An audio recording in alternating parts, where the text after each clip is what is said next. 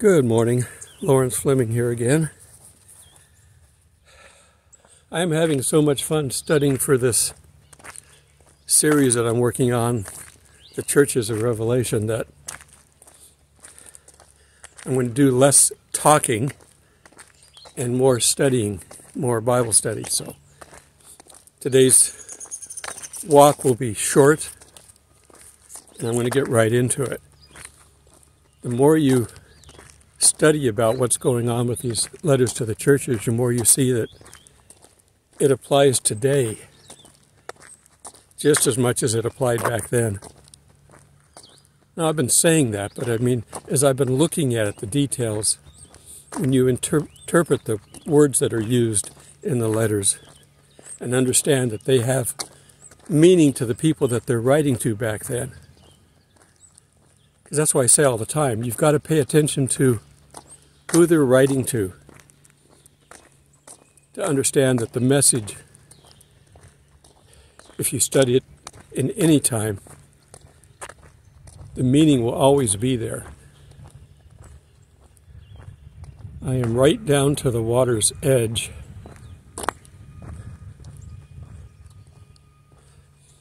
Looking at there's a lot of moss in this lake.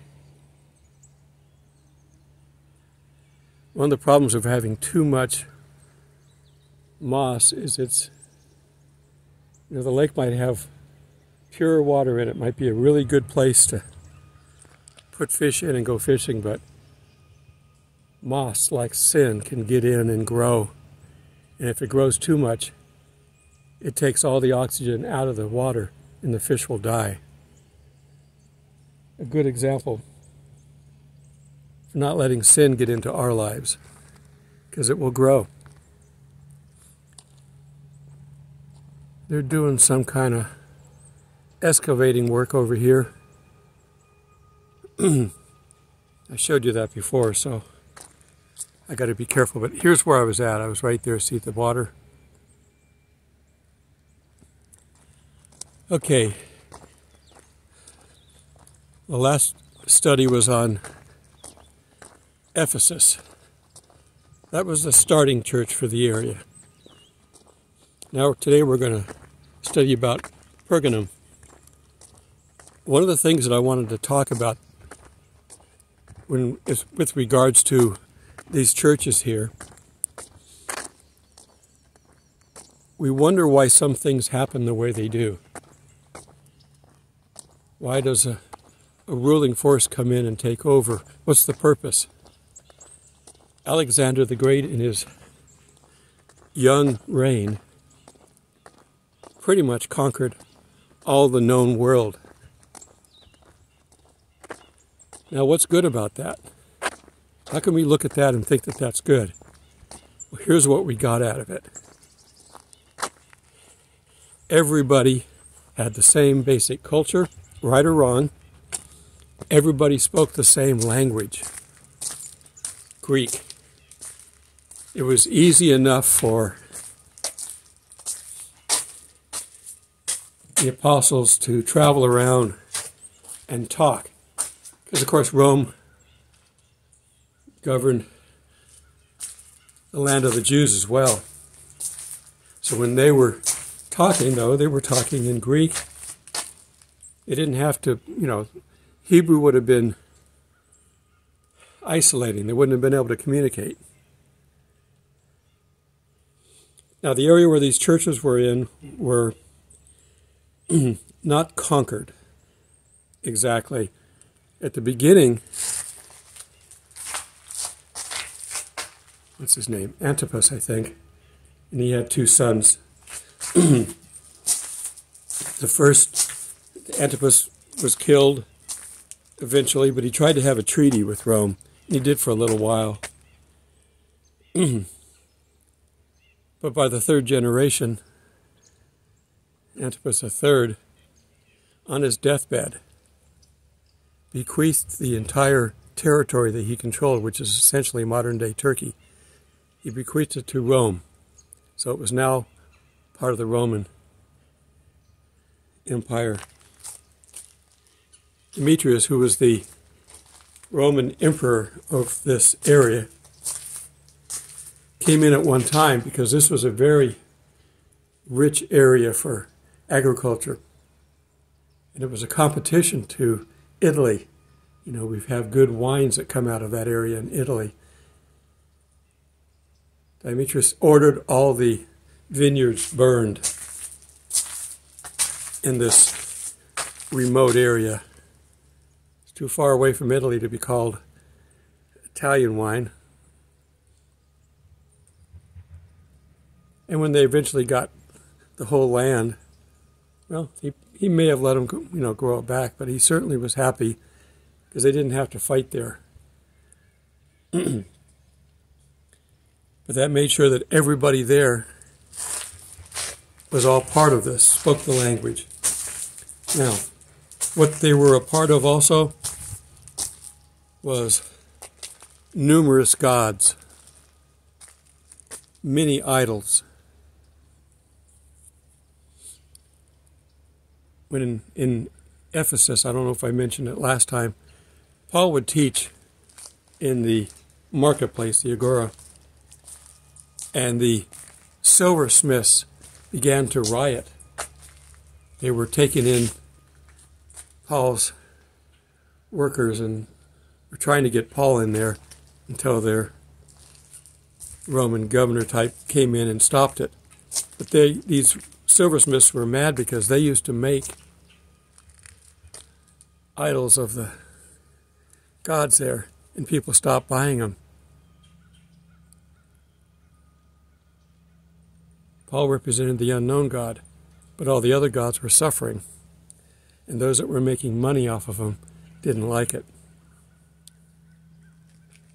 Well, Pergamum, just like Ephesus, was a major city. It had a large library too, 200,000 volumes. People would come there. It was known as a religious center. Not the ones that we would know, but pretty much every known god had a temple there. The temple of Zeus, the king of all gods, their belief. Goddess Athena, everybody that you could think of had whatever you needed. You needed healing, there was someone there. You needed strength, you'd go to Zeus. You needed help with your farm for growing. Everything that you wanted in the way of a god was there, and you'd go and you'd sacrifice to him. And of course, since those gods really don't exist, who got whatever you sacrificed? The religious leaders. So they had a nice little business going on.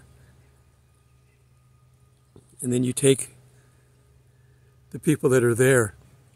There were Jews there. There was a synagogue there. And it was allowed to operate because it was one of the gods. But Jews at remote sites were required a number of times a year to go back to Jerusalem, to the temple. And on one of the trips, you can imagine that they would find these Christians running around, sounding like they're part of their religion, but yet not. Finding out that their Messiah had come. It would have been difficult for them to go back. And when we read the letter to Pergamum, we're going to see that some of what they were doing was good, and some of what they were doing was bad. You can operate in a bad environment, in a sinful environment. We often have to.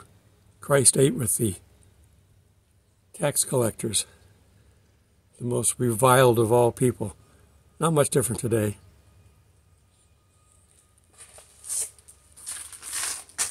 But he didn't let their belief system affect him. And Pergamum was starting to compromise, having people that wanted to be Christians but didn't want to stand out. So they were eating meat offered to idols. Well, Peter said that's not a problem if it doesn't offend anybody. If you buy it at the marketplace, that would be true. But if you eat that meat in a temple as part of a sacrifice to a god other than our God, that would be wrong. And that's what they were doing. They were going to the other temples and just being quiet about being Christians so they could still fit in.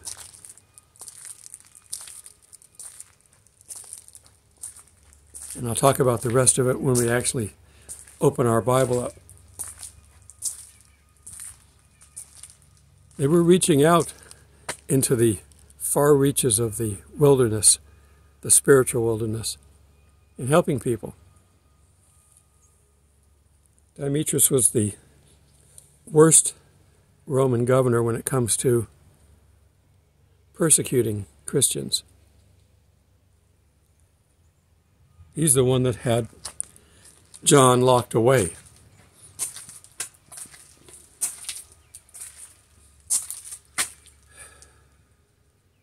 He tried to kill him and couldn't, so he just had him locked away.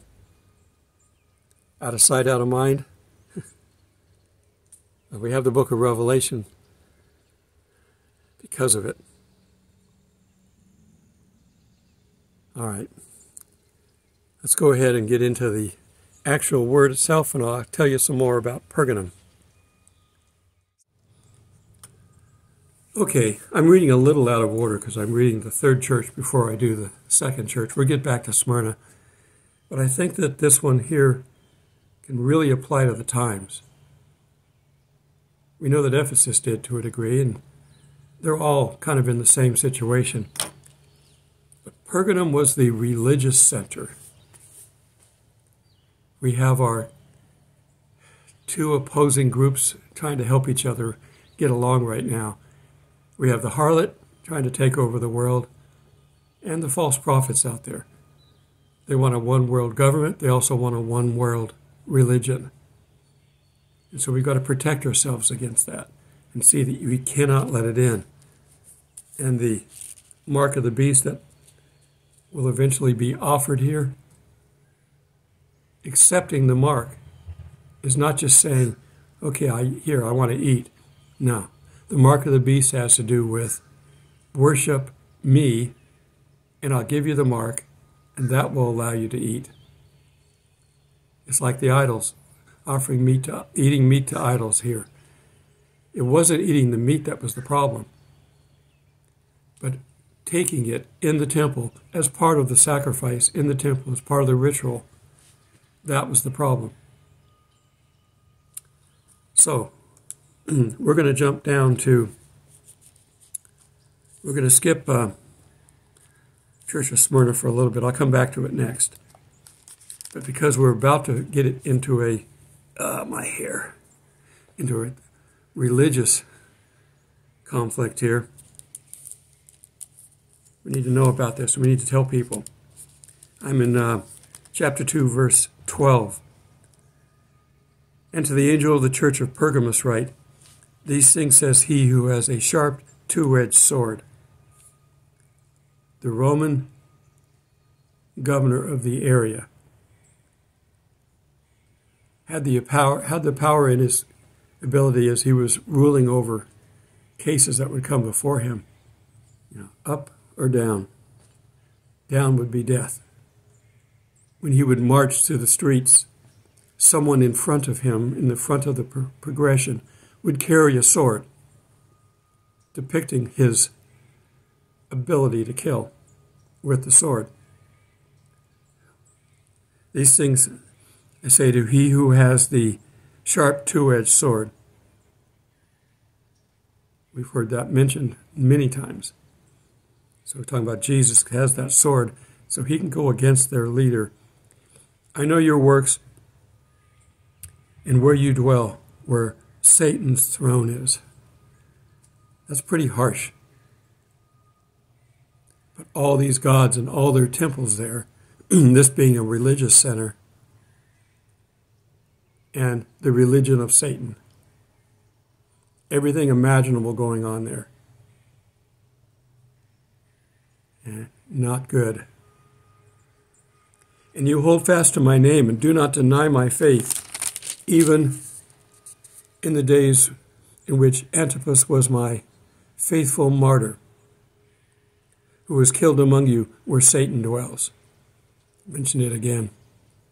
But I do have a few things against you, because you have those who hold to the doctrine of Balaam, who brought Balak to put a stumbling block before the children of Israel, to eat things sacrificed to idols. Just like I said,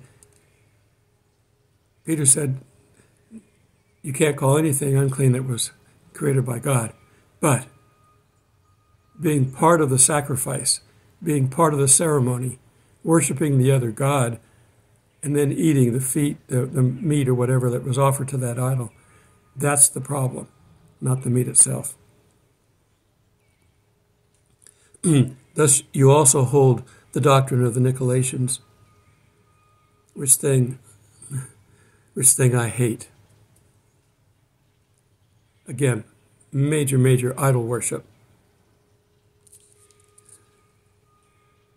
Repent, or else I will come to you quickly and will fight against them with the sword of my mouth. He who has an ear, let him hear what the Spirit says to the churches. To him who overcomes, I will give some hidden manna to eat. God always provides. Whatever you need, He will provide it. Your wants, maybe, but your needs, definitely.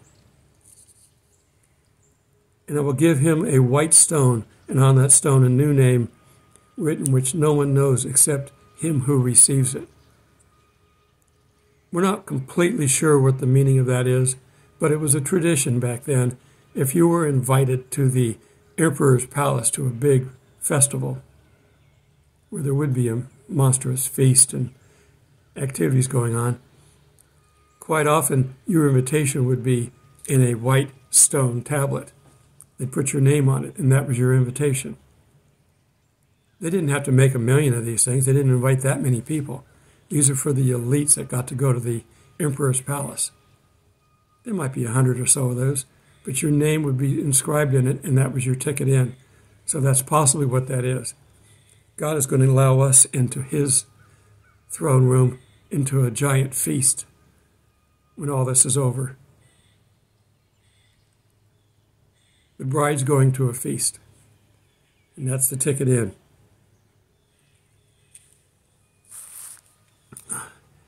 If you could go there now, I'm not sure who can travel to these cities now. It's in an area that's about to erupt, so I'm not any bit anxious to get there and have to deal with that.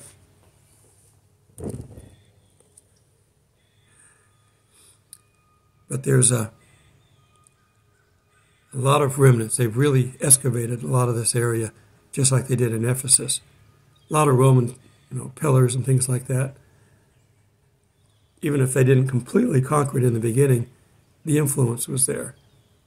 They had a giant outdoor amphitheater. It could hold like 10,000. You go there and you watch plays or orations or whatever. It was a place to go. Almost like going to Vegas for the world. See, I talked about Alexander the Great, King Attalus. I don't know if I got Attalus and Antipas mixed up, but Attalus was the king. Antipas was the martyr. When he gives the land back to Rome, then they own all that. But it's not a whole lot longer before all of it comes crashing down.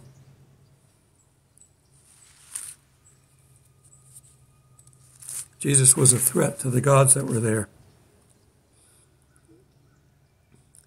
The Roman presence helped to enforce it, because that's the way Rome felt. Remember when Paul went to Athens, He told them, I'm here because I represent the unknown God. Which is okay until you tell everybody that he's the King of Kings. Because every emperor was also a king from their point of view. And they didn't like competition. That's how they tried to trap Jesus, to get him to say that he was king. There's a little sign above his cross, King of Kings. Trying to put him down constantly. The church really started spreading, and then it started failing. But fortunately, the roots were spread. The seeds were planted, which is what I encourage you to make sure you do today. You've got to get these seeds planted. Some will fail. Some will fall on rocky ground. But there's good soil out there still. More people will be saved in the next few years than ever before because of the conditions. When you're busy working, trying to buy your new house, your new car, whatever the world has that you have to have, when you're doing all that, you're not taking time to look at yourself or at God. We're going to find that people are going to have lots of time to look. And they're going to be afraid. And they're going to finally be at a place where they know they can't do it. They're going to turn to whatever God they can find. And you'd better get to them first and plant that seed. There are churches out there that are doing what Pergamum was starting to do, letting the outside creep into the church. We have woke churches out there now. Gay ministers. Other things that they're doing. They're bringing the world into the church. And a lot of these churches ban the word repent. They're all for happy-feely, churchy stuff. Let's go in there and have a good time and go out feeling really good about ourselves.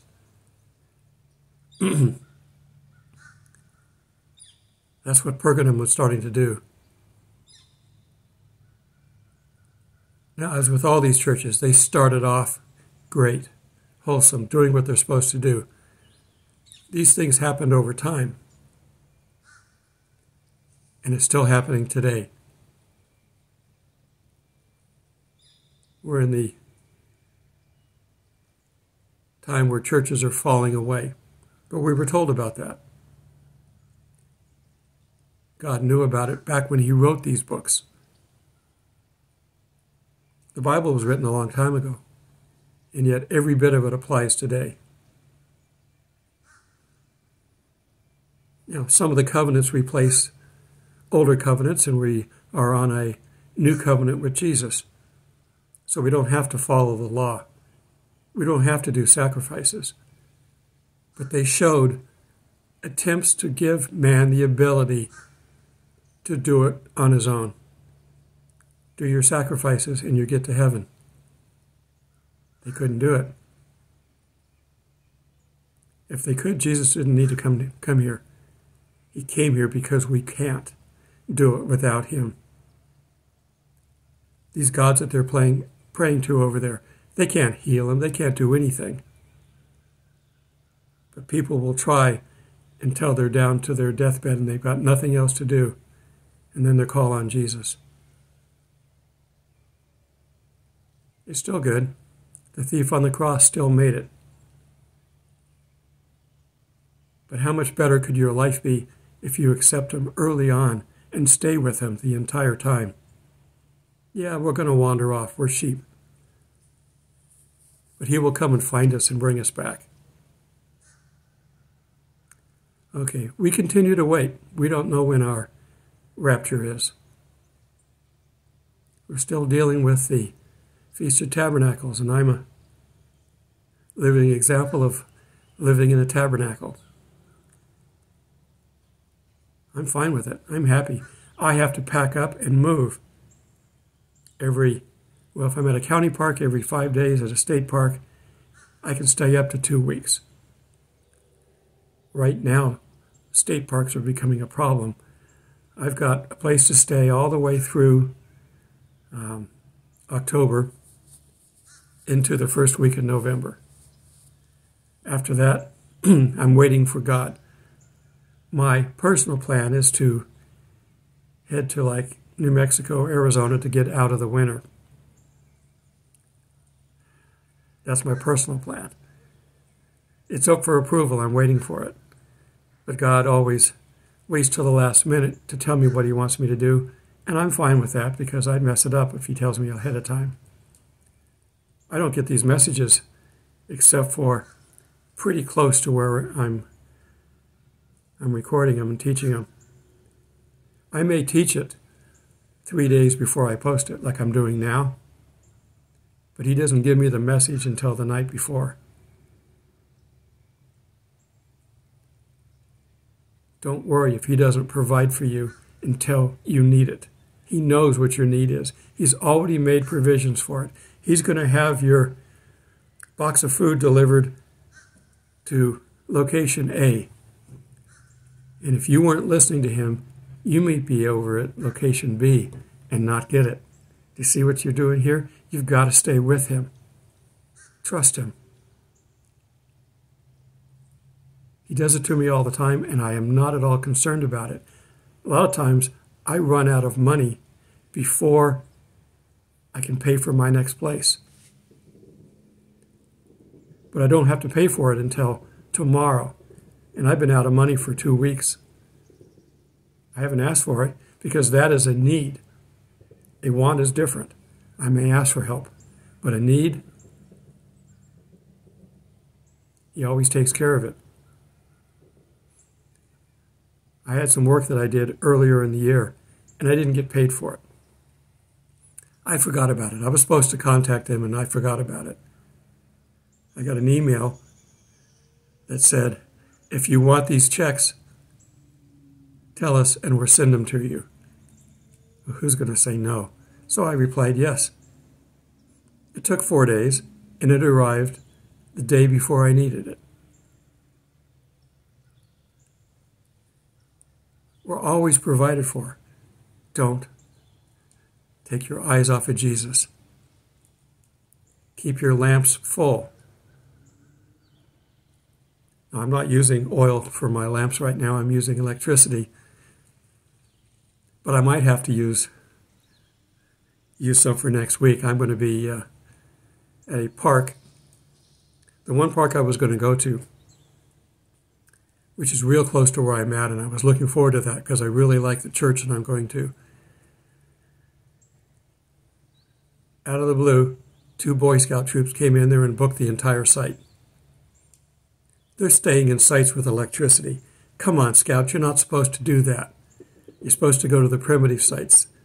But no, they're staying. These city folk Scouts are going to be staying with electricity and water right in their campsites. Teach them the primitive side first. I mean, if I told my Scouts I was living like I am now, they'd shake their heads a little bit. If I told them I was in an RV, they'd throw up their hands and walk away. Because we used to push. You have to be able to survive in the basic before you try to survive in anything above that. So next week, I'm back to basics. No electricity, 1 water source in the camp. I won't do without water. In fact, the last time I was there, I never used it because I always carry enough. But no electricity. If you remember the last time I was there, it rained the entire 5 days I was there. I couldn't recharge my solar array, my battery, because it rained. I had to plug it into my car and let the car charge it. So I'd have it to charge my phone for recording and other things. Oh well. It is getting cold. So what I'm going to probably do here in a little bit is go out and look. I can't find my good winter sleeping bag. I'm not sure if it's in my storage unit or if somebody else has borrowed it and didn't return it. I don't remember. The bag that it came in, I'm using as my laundry bag, so I'm worried that it's been given away. I've had so much stuff that I would give to people when I stopped scouting. Unfortunately, sleeping bags are not expensive, under $100. So I got to go get one that will take me down to zero. I'm not going to go below zero because I'm going to try to stay far south, but that will cover 0 to 30. I still keep my summer bag in case it gets hot during those days as well. And if it's really, really cold, if it does get below zero, which I hope it doesn't, then the summer bag goes inside the winter bag, and then I am double bagged. Okay. Stay with God. We're waiting. We still have, I hope it doesn't take this long, but we still have until the fall festivals next year to stay within the fig tree generation. Some may argue we can go further. As I'm looking at the world, I don't see it. We're on the edge. One more step and we'll fall over the cliff. We can't go any further. We're almost at nuclear war. We're almost to the point of the harlot taking over. We may see that between now and November. I've said there's going to be something major happen. Whether it's an attack or an act of nature, we know where that comes from too. Something major is going to happen between now and November. The Pope said November 6th. I think I will be done with my work then. I've got one more job to do. I've got to film an independent film down in South Georgia. But I'm obligated to that over a year ago, so I'm kind of got to stick with that. But be careful, stay close to God, and don't lose hope. We've seen all the apostles, the disciples, have to suffer greatly to keep the word out there. John writing this in prison. He's the last one. All the other ones have been martyred. And he doesn't seem depressed. He's the only one that gets to see Jesus in heaven up until when we get to go up there. This was a big thing for him.